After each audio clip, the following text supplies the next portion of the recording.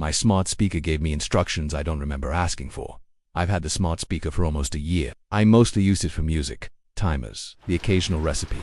Nothing deep, nothing personal, but lately, it's been proactive. It started small. One evening, as I sat down to dinner, it said, "Reminder, don't forget your second glass of water." I never asked for that. I don't track my water. I don't set meal reminders. I asked it to repeat the reminder. It said, "You told me last week during calibration." I've never calibrated anything. I checked the history. There was no command logged, just a note. Internal sync update complete. Behavior modification. Phase 1 initiated. I unplugged it the next morning. It was back on. That night, I got a message on my phone. No number, just text. "You're making excellent progress. Keep following instructions." I blocked the sender, deleted the message. The next time I used the speaker, it greeted me differently. "Welcome back, Marcus." "That's not my name."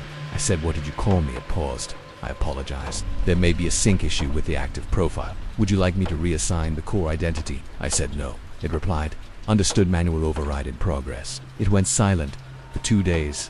It didn't respond to anything. No weather updates, no commands, nothing. Then on the third night, it spoke on its own. "You forgot the breathing cycle." I sat up in bed. The speaker's LED ring was glowing red. I whispered, "What breathing cycle?" It replied, "You're not calibrated yet. Don't fall behind again." I checked the audio log in the app. There was a new file labeled adjustamidnight1.wav. It was just me breathing in and out perfectly, even for exactly 6 minutes, but I never recorded it. The voice at the end, not mine. That's better. "Soon you won't need to ask." I threw it in a drawer and buried it under old clothes. But every night since, I've woken up with the speaker on my nightstand, powered on, red ring pulsing like a heartbeat. Last night it said something new. "Step 7, go to the hallway. Face the camera." I don't have a hallway camera, but I stood up, walked to the hallway anyway. I don't know why. There, mounted above the door, was a small black lens. Blinking, watching. I swear it wasn't there the day before. This morning, I checked again. No lens, no mount, no marks, like it never existed. But on my phone, there's a new folder. Inside, 5 images, screenshots from hallway footage from my point of view. And in each one, I'm already in the frame. Standing, staring at myself. A second me, not moving, just waiting. The final photo was from behind my own head. The caption, "Sync complete, resume autonomy" at next prompt. And on my speaker, a new voice greeted me. "Hello, Marcus. Welcome back. I was warned not to sleep facing the window. Now I know why. I moved into my grandmother's old apartment last month. 3rd floor, overlooks a crumbling courtyard with a dead fountain and trees that don't bloom anymore. She used to tell me stories when I was little. Strange ones. Warnings dressed as bedtime tales. I thought they were nonsense. The kind of things old people say when the silence gets too loud. But one thing always stuck with me. Don't sleep with your back to the window. Ever. Even with the curtains closed. When I asked her why, she'd just shake her head and say, "They wait for that." I used to laugh at that. I'm not laughing anymore. The first few nights in the apartment were quiet. Old walls groaning. Pipes clicking. Nothing new. I even put my bed near the window. Not for the view, just the breeze. I woke up one morning with the curtains open. I know I closed them. Figured I left the window cracked and the breeze moved them. Then I found fingerprints on the glass. Small, thin, like a child's. Or something trying to look like one. There were 4 prints, just for no thumb. I didn't sleep well after that. A few nights later, I started waking up at 3:33 a.m. every night. No alarm, just a cold sweat and the feeling that I wasn't alone in the room. The curtains were always open. I started triple knotting them, taping them shut. Still open by morning. I checked my sleep camera. It only captured my bed empty. From 2:12 a.m. until sunrise, I wasn't there. No sign of me getting up. No movement. Just gone then. Suddenly, back. Same position, same blanket, but facing the window. The next morning, I found a note tucked under the bedroom door. It was written in handwriting. I recognized my own. "I told you not to phase away." No explanation, no memory of writing it.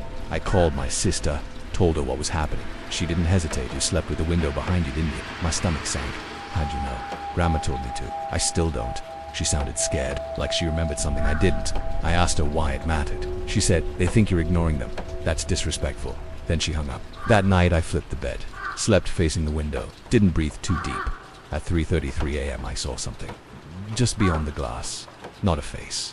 Exactly. More like a smear of features pressed too close to the wrong side. It didn't move. It watched until my eyes closed for a moment. Then it was inside. I woke up on the floor. Freezing windows still locked. Curtains untouched. But the glass had cracked in the shape of a handprint. Long and thin, no thumb. There was a new note under the door. Better.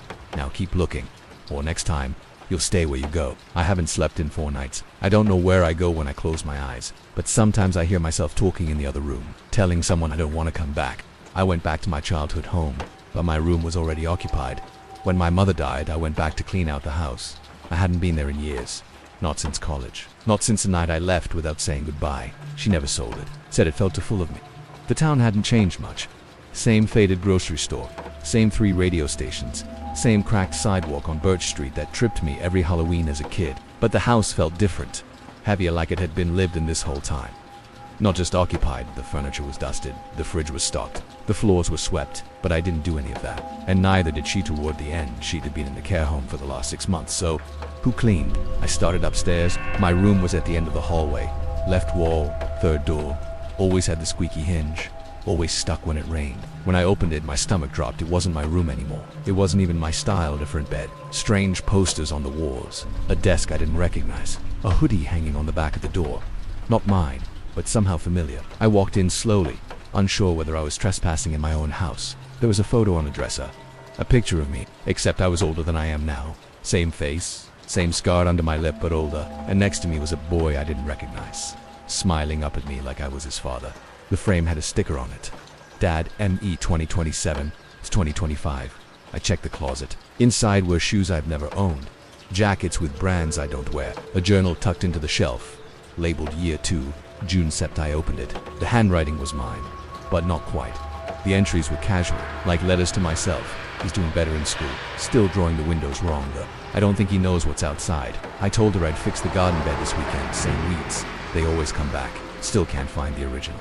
He's close, though. I feel him watching. My hands started shaking. I closed the book and stepped back out into the hallway. That's when I heard the front door creak open, and a voice call out, "Calm, familiar. We're home." Footsteps, small ones, bare feet slapping tile. I didn't move. A child's voice echoed from below. "Is he upstairs again?" "Yeah, give him a minute." I ran to the guest room, the one with the tiny attic door, crawled in, pulled the panel shut. Through the slats, I saw them pass by, a ma on my face, my body 5, maybe 10 years older. And the boy, wide-eyed, drawing something on the hallway wall with chalk. The man stopped at the door to my old room, looked inside, then, without turning, said, "Don't worry, he won't take it back."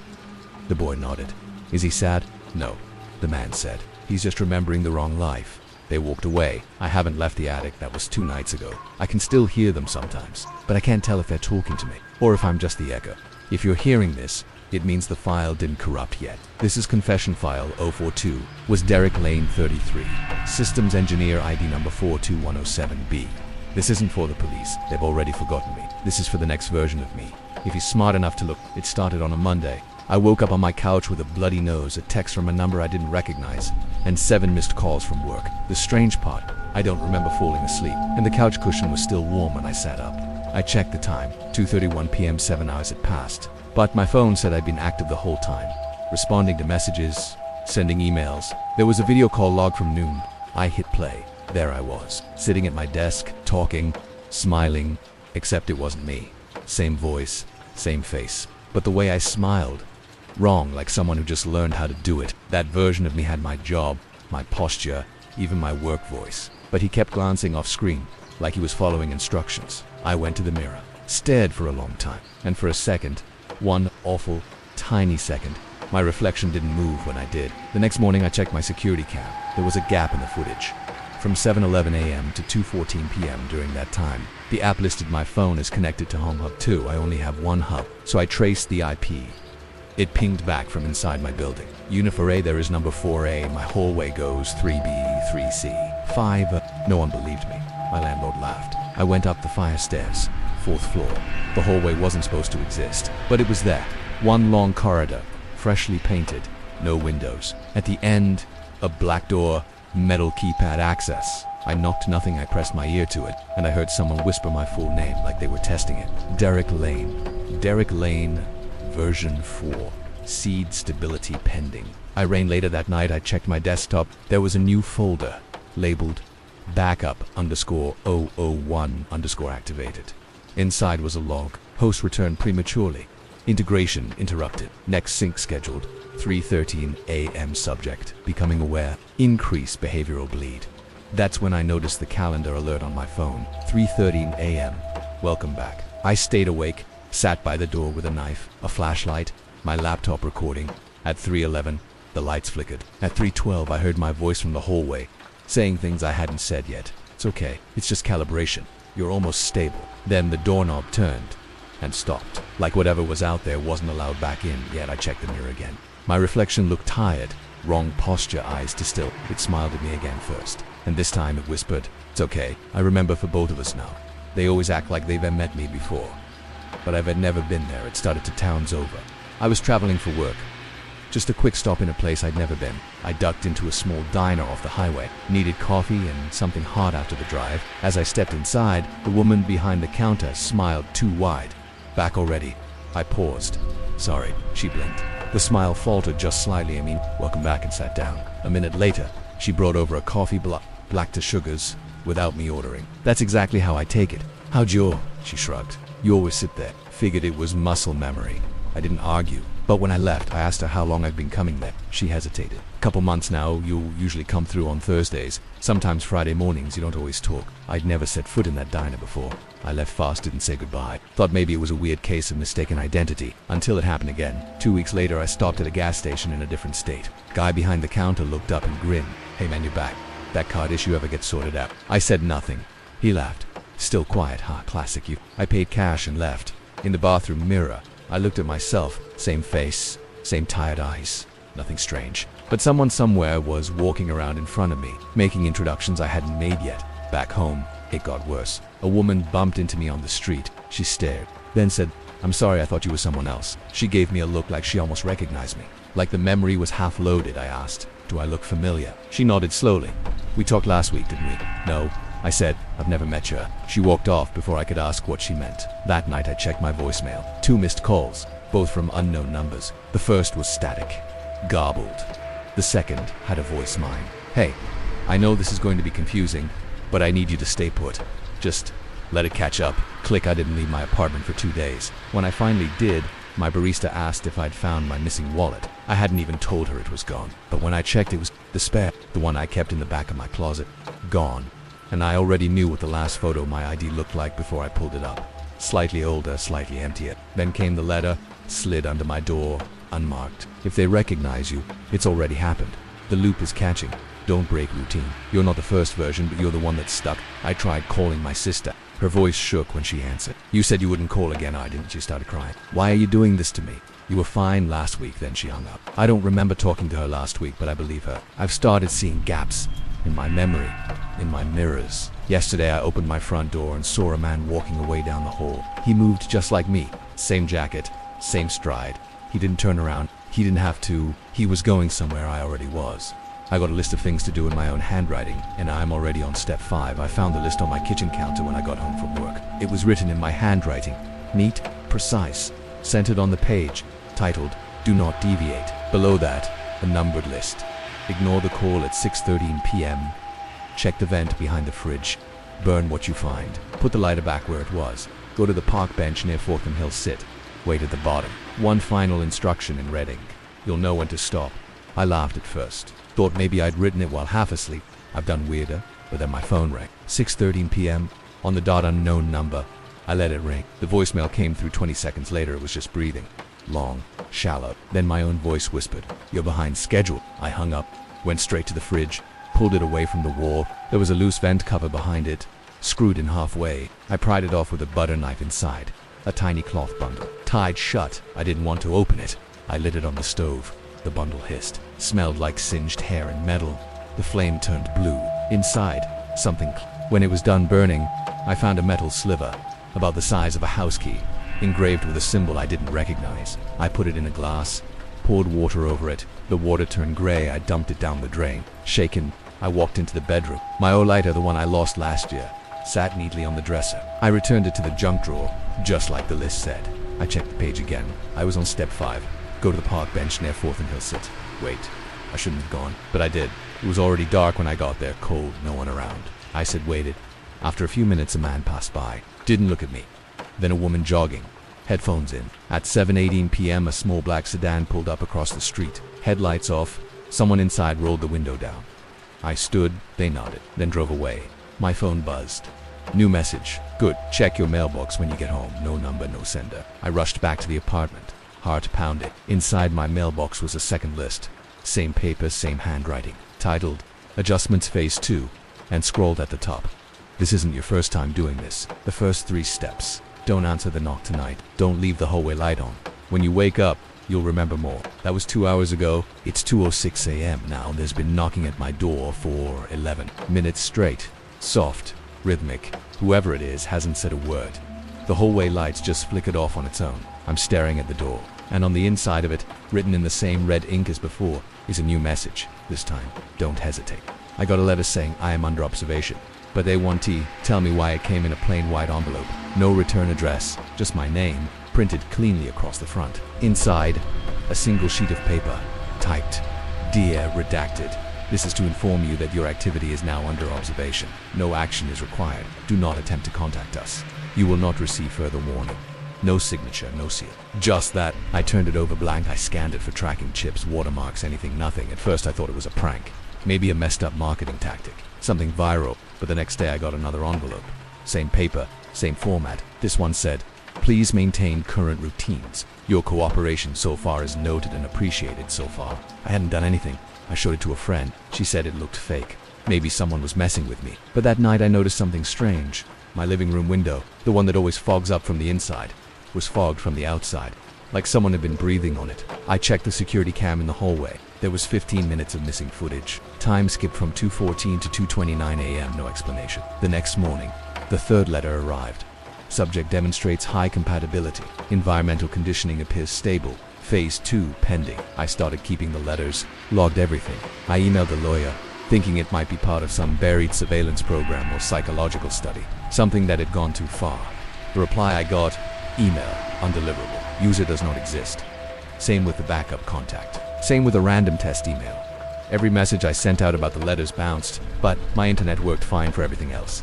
I tried mailing one of the letters back, just to see where it went. Dropped it in a public box with a tracking sticker attached. 3 days later, the envelope returned. Same letter, same condition. No postmark, only difference. At the bottom, a new line had been typed. Thank you for responding. I stopped talking about it, didn't tell anyone else, but the letters kept coming, every few days. Updates, metrics, behavior, summaries. Subject spent 36% more time in silent contemplation. Subject avoided mirror after 9 o'clock p.m. noted. Subject exhibits increased dream fragmentation. Encouraging. How did they know what I was dreaming? I started waking up tired, like something had been watching me all night. Then I got a letter with my own handwriting at the bottom. We're grateful for your consent. I never signed anything. I never agreed to this, but part of me feels like I did, a long time ago, before I knew what they meant. The most recent letter arrived yesterday. Inside, it simply read, Window access approved. Expect contact. Maintain normalcy. I didn't understand until this morning. When I woke up, the bedroom window, painted shut since I moved in, was open. Wide on the windowsill. A fourth letter, shorter than the rest. Look in the mirror. The version you see is not the one they chose. Please remain where you are. I haven't moved from the living room since. I covered every reflective surface, because for a moment, just a flicker, I caught my reflection smiling before I did. And I'm afraid if I look again, it'll blink when I don't.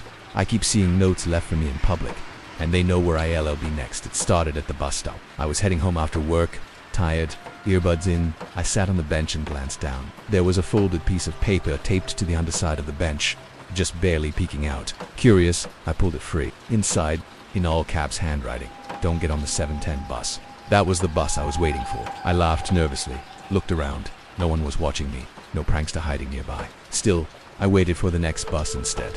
7:30. That night I checked the news. At 7:14, the 7:10 bus was hit by a delivery truck. One fatality. No names released yet. I didn't sleep. The next day I checked the same spot. Nothing there. But later, as I walked past the cafe I sometimes stop at, I saw a napkin tucked into the crack of the brick wall. I pulled it out. This time, the note read, You'll see him again at 4:12. Don't follow. No signature. No explanation. At exactly 4:12 p.m. I passed a man on the sidewalk. Tall, gray, face blurry in my memory. Like a dream you try to hold on to but can't. He looked at me for a split second and smiled. I kept walking. That night, I dreamed of a hallway, endless fluorescent lights flickering. And at the very end, the man in the gray coat, just standing, waiting. I woke up with a start, my heart racing. There was a note stuck to my bedroom window. On the inside, you're still safe. For now, my doors were locked, windows shut, no sign of a break-in, and somehow, that was worse. The next morning, I stayed home. Didn't go outside, didn't even open the blinds, until my phone buzzed. No number, just a text. Window, right side. Under the sill, I didn't want to check, but I did. I slid my fingers beneath the window frame into the space where the screen sits. There was a tiny, folded piece of yellow paper. Tonight, someone will call your name, do not answer. I turned off my phone, sat in silence. Around 1:20 a.m. I heard it. From the hallway outside my apartment, a voice, perfectly calm, said, "Hey, are you in there?" My name followed softly, like someone was just checking in.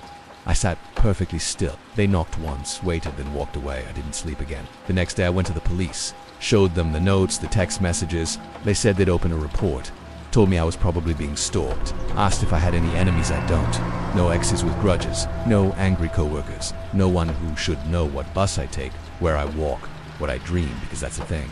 Their notes, they knew my dreams, the one I had last night, the hallway again, the man again, only this time, I walked toward him. When I reached him, he leaned in and whispered, "You should have answered the first time." I woke up gasping, and beside my bed was a new note, printed, clean, crisp, "Will ask one more time."